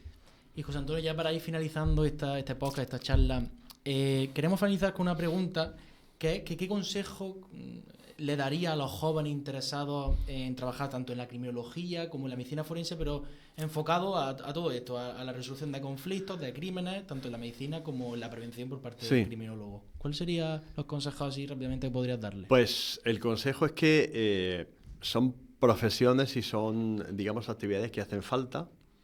No solo que hacen falta, sino que van a hacer más falta todavía, porque estamos en sociedades que están teniendo un desarrollo tecnológico y científico enorme, ya no solo el tema de inteligencia artificial y de cosas del mundo de la informática o las comunicaciones. Somos sociedades que van a mucha velocidad y eso genera una serie de conflictos de tipo emocional, que a veces tienen represión con los delitos, pero otras veces no, con lo cual se puede hacer una especie de prevención. Pero hay una necesidad de que en un momento determinado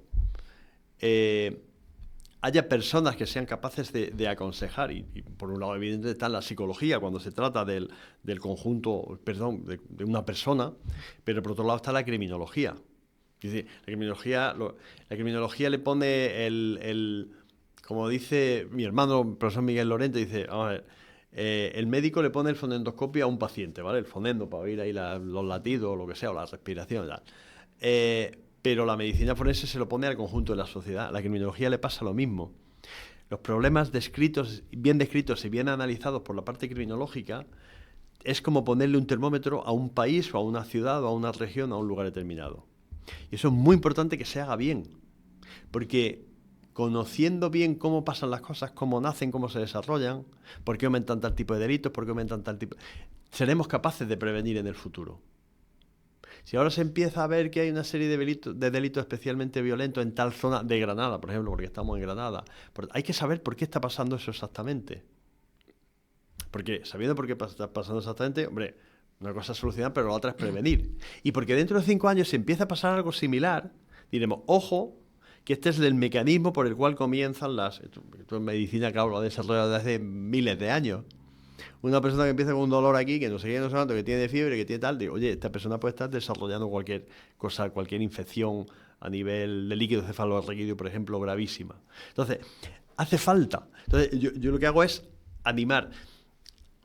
Evidentemente, animar y luego, en el mundo de la criminología, que es un mundo nuevo, yo también lo digo en clase el primer día que voy a primero de criminología, digo, a ver, pues todavía llega un mundo nuevo, donde es una ciencia, la criminología como tal, que no estaba desarrollada suficientemente en España, que es una ciencia multidisciplinaria, es decir, sociología, medicina forense, psicología, no sé qué, estadística, todo lo que veis, aparte de todo el mundo del derecho. Entonces vosotros, cuando un criminólogo medio sale al mercado laboral, no hay un hueco específico para el criminólogo. Tú lo que estás es metiéndote en el de derecho, en el de los psicólogos, en el de los otrólogos y tal y cual. Entonces, claro, ahí tenéis que tener una capacidad de organizaros y construir de manera positiva y exigir cada vez más, de una manera coherente, educada, pero, oye, fuerte y firme, a través de asociaciones, a través de cosas como esta, podcast y tal, exigir, oye, que yo tengo un papel que jugar, que puedo jugarlo también como lo está jugando en un momento determinado un psicólogo, sin ser yo psicólogo. Yo no voy a hacer psicología, no voy a hacer psicoterapia de una persona, pero oye, hay otros papeles que sí puedo realizar, sin ser yo un abogado. Yo no soy un abogado, yo no pretendo ejercer el derecho, pero yo sé un montón de cosas. Y luego hacer que las autoridades judiciales, los grandes despachos de abogados y tal, entiendan también el valor extra que vosotros podéis aportar a la hora de analizar un delito, de analizar, digamos, las circunstancias en las que se produce, de Pues claro, el abogado al final acaba lógicamente, un buen penalista, pues fíjate tú el derecho penal que sabe y las tácticas de todo tipo de defensa y la ley de enjuiciamiento criminal y los plazos y todo lo demás. Ya, pero cuando pide un informe pericial, a veces les cuesta trabajo interpretarlo. Yo lo digo porque he hecho cientos de informes periciales para abogados, muy buenos abogados de Granada y de fuera de Granada. Y muchas veces, a ver, profesor Lorente, José, tal, oye, a ver si tomamos un café y que me expliques tú bien esto qué significa. Y bueno, pues no tengo ningún problema de explicarlo, pero si un abogado se encuentra que tiene un informe de tipo dactiloscópico, otro balístico, otro genético, otro de la Guardia Civil de Tráfico porque hubo un accidente por medio y tal, y tiene que integrar todo eso en un solo caso para defender a una persona, ojo, o en la acusación particular, o tiene un criminólogo consigo o se vuelve loco. Claro. Entonces, que hay cosas que hacer. Entonces, yo animaría, evidentemente, a la gente a coordinarse y luego, evidentemente, lo que es muy importante, a formarse mucho y muy a fondo. Hay que estudiar mucho, hay que saber mucho del tema que uno se vaya a dedicar. Uno tiene que tener un conocimiento general de cosas, pero luego tratar de buscar ciertas áreas en las cuales tener una mayor especialización. ¿Por qué? Porque al final puede ser tu testimonio contra el de un súper experto de la policía o la Guardia Civil o de lo que sea, o del FBI, en temas de, ¿qué te digo yo?, de falsificación de documentos o de caligrafía. Entonces, claro, tú no puedes ir allí a decir que 4 cosas básicas, porque tienes delante de ti pero que hay un campo y que se puede hacer, claro que sí. Es fundamental. Es fundamental. Bueno, pues José Antonio, creo que ha quedado una charla muy muy buena y te agradecemos profundamente, tanto Mario que está ahí detrás de cámara, mi compañero Álvaro y yo, que te hayas prestado a sumarte a esta iniciativa, porque para nosotros es una satisfacción que grandes profesionales como tú se presten a pasar aquí un ratillo con nosotros. Hombre, encantado. Totalmente. Un saludo para todos. Yo he disfrutado porque yo creo que estas cosas son importantes que lo hagáis, porque demuestra que hay una vida en la Asociación Olores, por ejemplo, que es importante, un nombre tan clave en lo que es la historia de la criminalística y concretamente la identificación humana, y porque yo creo que es importante que estas cosas se queden y quede testimonio y que la gente pueda ver y pueda reflexionar en un momento determinado. Y animo también a que sigáis con todo este tipo de cosas. Es importante porque además eso reivindica no solo una profesión, sino una universidad como la nuestra de Granada, donde hay gente que está interesada en hacer cosas. Y bueno, yo lo que decía antes, que es algo naciente y cuando algo nace de nuevo, pues hasta un niño que llega a una familia genera un desequilibrio. Y mira que tú quieres a tu hijo, pero te cambia la manera de vivir tal. Entonces, de pronto surge una cosa como la criminología, como tal, con todas sus aplicaciones, con gente muy bien preparada, con todo esto, y hay que ir encontrando ese hueco que existe y que, insisto, es necesario y será más necesario todavía en el futuro por a sociedades que viven muy rápido y que generan una serie de problemas que no teníamos antes. Entonces, no se da abasto desde gente muy especializada, como puede ser en la medicina, en la actuación policial, y sois vosotros que tenéis que hacerlo. Así que dentro de unos meses o de unos tal, cuando haya algo nuevo, volvemos por aquí y hacemos otra cosa. Esperemos que este mensaje llegue a mucha gente y... Pues lo dicho. Muchas gracias, José Antonio. Gracias a vosotros. Nos vemos la próxima. Hasta luego. Nos vemos. Hasta luego.